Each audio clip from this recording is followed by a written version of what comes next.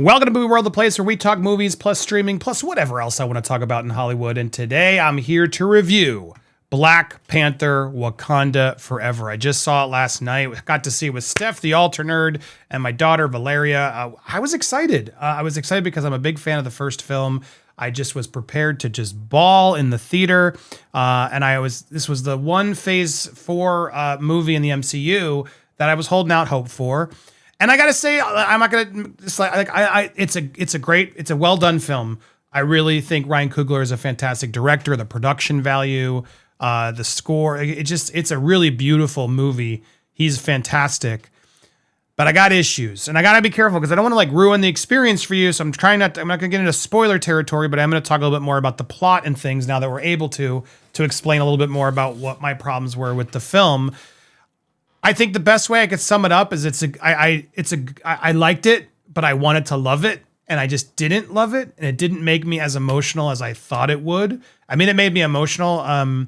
They start pretty quickly with the reason why Chadwick's T'Challa isn't there. He's not there, guys. They didn't. We all know that's happening, but they do an opening pretty quickly to sort of show you why. And then they do a tribute in a way that you'll see.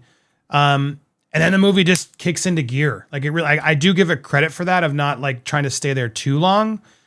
But throughout the film, his loss is heavy. You feel it. The audience feels it. And the characters feel it. And I got to say, the best part of the film for me was Letitia Wright. She just crushes it in this film. The emotional scenes that she pulls together. Shuri is matured and struggling and feels partly responsible for the loss of her brother and that she couldn't help and all this. It is a heavy beginning that I was on board and I was ready, and it starts great.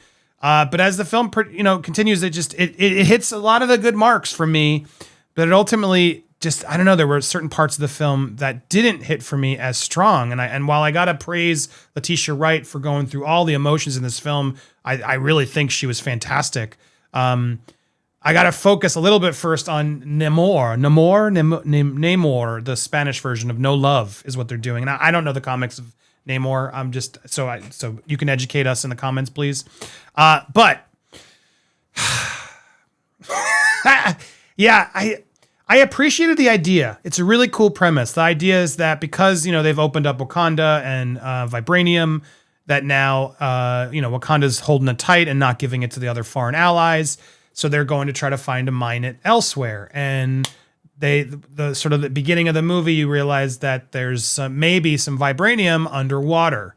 And that's sort of what opens up this can of worms of Namor saying, why'd you tell the world about vibranium? Now they're entering our space. And again, great idea, good setup, a battle of, two different worlds. And I didn't dislike the performance here at Tenoch, I think. I'm sorry, I how to say his name. I gotta learn better. But yeah, the underwater world just didn't cut it for me. It just felt like an underwater nightclub. And there's just this constant thing that I'm starting to see in Black Panther where just vibranium does everything. Oh yeah, we have vibranium. That's why we can lift this up and it floats and we can blah, blah, blah, blah. It's in Black Panther, they sold me on the production value and there's a futuristic city, but then when you get under the water, I don't know. It felt like Zion and the Matrix Revolutions, but they were just floating around, just chilling, and you're just all right, cool. Why don't you guys go upstairs and check out the rest of the world? Seems pretty dark down here. I don't know. This world building of the underwater world wasn't as epic as I thought it was. I think we're going to see far better underwater world in Avatar coming up. And I think we saw it better in even Aquaman. And so while I appreciated the character's journey here of Namor and his struggles, I think they do well. Coogler does a good job of setting up this back and forth. Ultimately, that part of the film just didn't work as well as I wanted. Now, when he shows up and he fights, he's tough. There are stakes in this film, so I got to give it props for that. I guess I'm just being harsh because and it's unfair. These are my expectations going in. I just expected feelings that the film didn't give me, but I still have to acknowledge that the film does deliver a solid movie. I think as MCU films go, I'm getting desensitized to a lot of it, and I thought this was an opportunity to really have some weight. And they really attempt it, And I think some of you are really going to connect and cry and have a blast. Me personally, I didn't cry in it, guys. And I was prepared to cry. I got choked up a few times. Like I was like, oh, here it comes. And then the moment swayed that Coogler never got me to cry. And I was so ready, guys. I know it sounds weirdly like depressing. Like I wanted to go to this movie to bawl, but I did. I wanted to do it. And I was ready. I missed Chadwick. I think it's such a loss. And I just couldn't even imagine what these actors are going through. But I just never got there. There's a moment towards the end where they rely on some of his images, and they had done it in the beginning, and I just felt like, I don't know. For me personally, I didn't. I'm curious when you guys see it come back, and did it get you? Am I just emotionless? Maybe it's because I was in Vegas for 5 days with lack of sleep. That's what I'll get. I wanted to love this movie, but for some reason I couldn't. There's just a lot of the underwater world didn't work. However, I will give the action, the battles are far more intense than I feel like we've seen.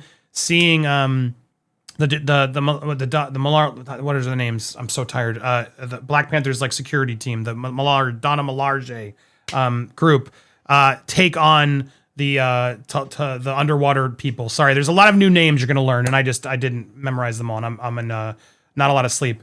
But you know what I'm talking about. The blue people versus the Wakandan army. They fight for real, and it's pretty. And those scenes are intense. There's the bridge showdown that you've seen in the trailer. It's a really good sequence, and there's a few more moments where the worlds are at war, and that's really what the film's about. Like, this film is about loss and revenge, and grief is really what the film is ultimately about, and how you handle grief, the stages of grief. And there are moments of it that are beautiful, for sure. I got to give props to Angela Bassett, another huge star in this film. She has some fantastic scenes that really help add to the weight of this film. The whole cast does a really good job. Winston Duke is really fun too. He gets a moment to sort of be more serious. I don't know why I'm so hung up on it. I just ultimately didn't hit the mark as much as I wanted, and I'm trying not to spoil it too. I hope I haven't said too much, but pros and cons with this for me. And I expected to just be like, oh, I expected to just be a complete mess in my chair. And there were moments where I was like, oh shit, oh God. They set things up emotionally that I was prepared for, like, oh, this is going to just, oh my God, they're good. And then I was like, oh, instead, by the way, the choices the story does. And that ultimately distracted me, that it didn't sell me as hard as I hoped I would. At the end of the day, it's just a warring, the movie really is about the warring communities, which is fun and cool. But since they committed to this loss of Chadwick and owning it, I kind of wanted them then, okay, well then we're really going there. They do, and it's a heavy film. That's the other problem. We were talking about it after we left. Like, it's not like a film I'm dying to see again. Which is another sort of criticism I have of just like, I don't know if I want to go through it all again, especially now knowing what's happening. Whereas with the first Black Panther, it's a really fun rewatch. I'm a bag of mixed emotions, guys, on Wakanda Forever. Great. It's a cool world. Wakanda itself, I loved going to that world. I was excited for them introducing this next new world, and I don't need to go back to that world. I saw it. It felt very like Shang-Chi and Eternals to me, of just like another insanely out of the world. Why didn't we know about this place? Really? This is who's living there? This is what, okay. And it's starting to, even this one, the MCU weight is starting to, I feel like at the end of Loki, the timeline's all crumbling. I feel like we are witnessing it in Phase 4. And it's just sad because this movie should have just been, and I see it. There's a lot of mixed feelings. Even some critics out there who gush about everything Marvel have their issues with this film. So lower the expectations going in. Hopefully you'll love it, and hopefully you'll have fun with it. So much love and respect out to Chadwick Boseman. And did they do the right thing? That's going to be a conversation a lot of people have for a while. Was this the right tribute? Should they have recast T'Challa? They do some things, and we'll talk about it, I'm sure, in a stream somewhere when we can spoil it for you. But yeah, ultimately at the end, I'm not as satisfied as I hoped I would have been. And that bums me out. But at the same time, I got to give the film marks on a lot of the good things they did do, including the performances. And again, huge marks to Letitia Wright. I was really blown away by her performance and the Shuri's story. This is really Shuri's movie.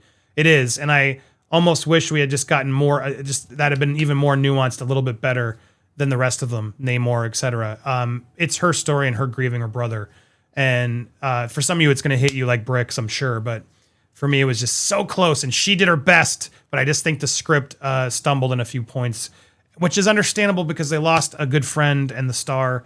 I can't even imagine what it was like. So I feel bad even sort of criticizing it, but I keep it real. Those are my thoughts.